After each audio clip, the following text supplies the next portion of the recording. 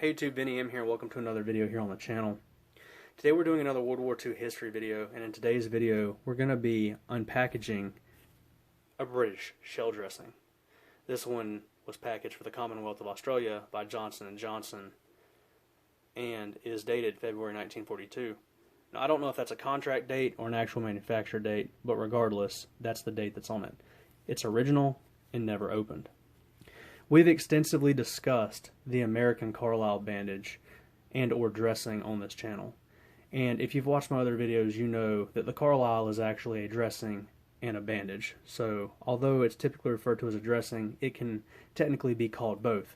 A dressing is a blood absorbing pad, and a bandage is something that holds a dressing in place. And the Carlisle has both of those things on a single device. What I'm interested to find out is about the British shell dressing in regards to how it compares. You see, everything in front of you, for the most part, is a Carlisle dressing container. The only thing that's not is this tin, these three little envelopes, and this brown paper-wrapped dressing up here. Everything else is a Carlisle. And you can clearly see that the shell dressing is nearly 3 times the size of a Carlisle dressing. So, is it 3 times as effective? Can it absorb 3 times as much blood? Why is it so much bigger? This is at a time, of course, when most countries were copying each other, and the Americans were giving a Carlisle dressing to every single soldier, while the British were giving the shell dressing. And I'm just wondering how much they differ. So we're going to get this one out of the package today and see what the shell dressing is all about. So we have the shell dressing out on the table and ready to unpackage. The first thing that you immediately notice when you pick up and handle this is the packaging itself. It is a thin fabric package with 2 string tacks that hold it closed. And if you feel it, it is very clearly some kind of waxed paper or cardboard inside of this outer layer.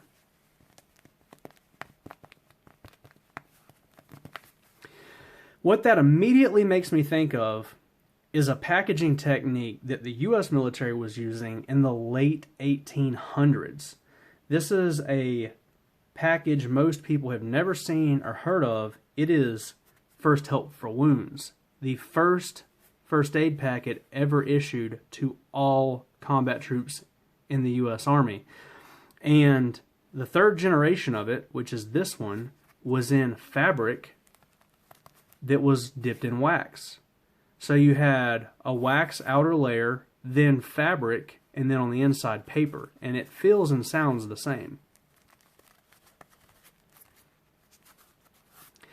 That is very interesting because if this is essentially what is inside of this, then the Brits were using a packaging technique that the Americans hadn't used since 1904.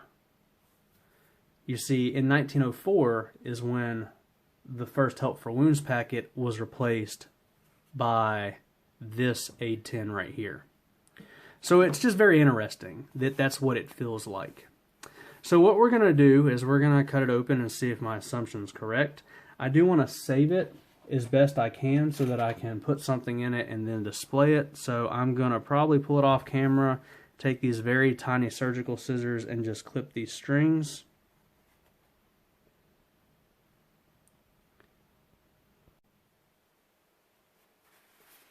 Alright, so we have those clipped. I'm not quite sure how it's folded. Oh, okay. That's simple enough. So it just has a flap that goes down in the front. And we'll try to, without ripping that outer package, wiggle it off of this. Ooh, that stuff's pretty, it's in there pretty tight. Ugh. Okay. So there we have that, which we can pack back with like foam and display. And now we have the dressing itself. So it does appear that it is in fact a treated paper. It's still just paper on the outside. It's actually almost a fabric-y paper. So, it has some kind of little doohickey up here that's very rigid. I bet that is a clothespin, if I had to guess, which is tacked to it. And then it says to open something at corner. Ooh. Tear at corner. Oh, this thing's really brittle. Tear at corner. I'm trying. Alright.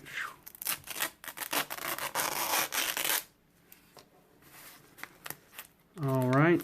So, it's actually a laminate paper. So it is actually a very, very thin layer of fabric that is then glued with a very sticky, waxy material to a piece of parchment paper. So it's that's how it's waterproofed. Alright. So it looks like the dressing is dyed brown, like the late Carlisle bandages.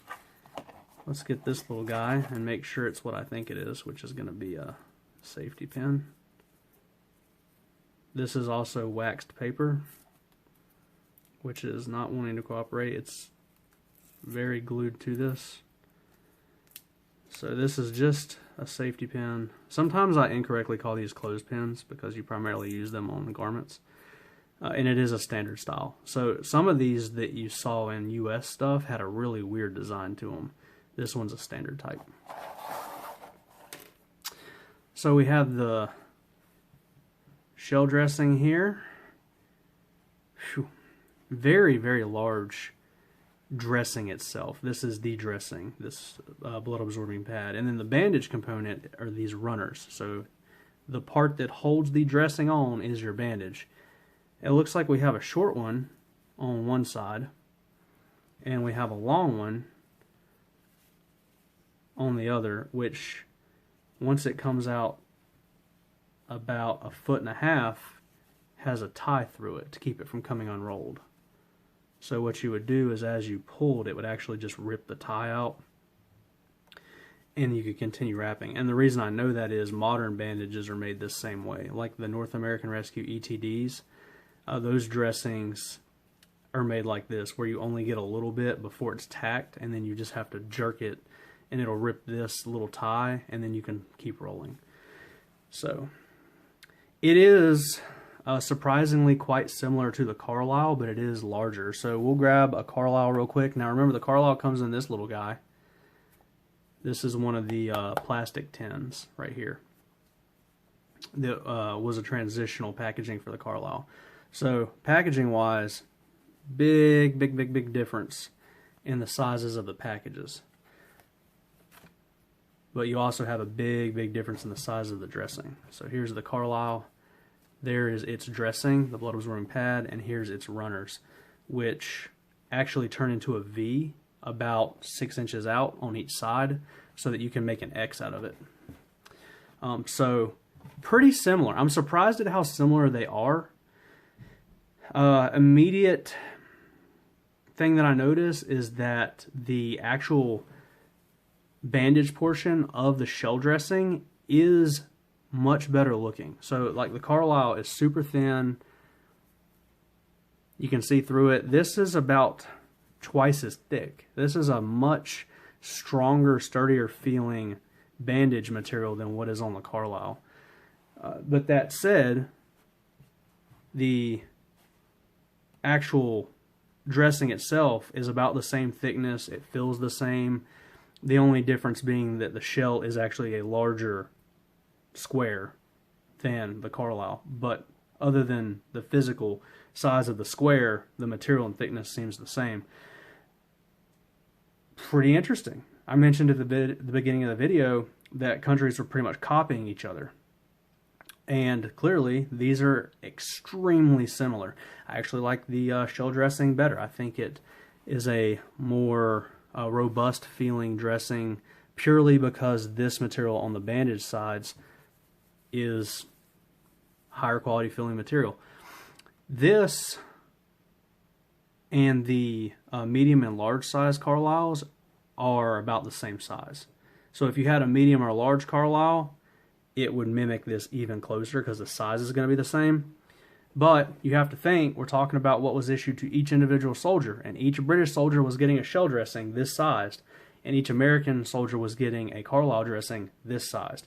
So the Americans were getting a much smaller dressing for personal use than what the Brits were, or the Commonwealth forces, I should say.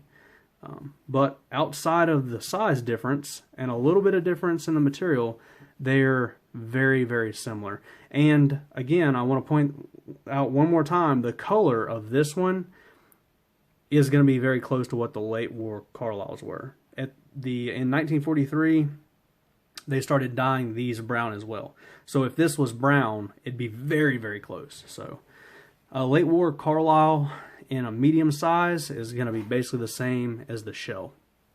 So interesting, very, very interesting. Very surprised by that. Not at all what I was expecting. I was expecting it to be a completely different dressing altogether, with almost no similarities to the Carlisle, much less basically be a copy. So learn something new every day, and that's what it's all about in World War II history and World War II living history. That's all I have for you guys. As always, like and subscribe, and have a nice day.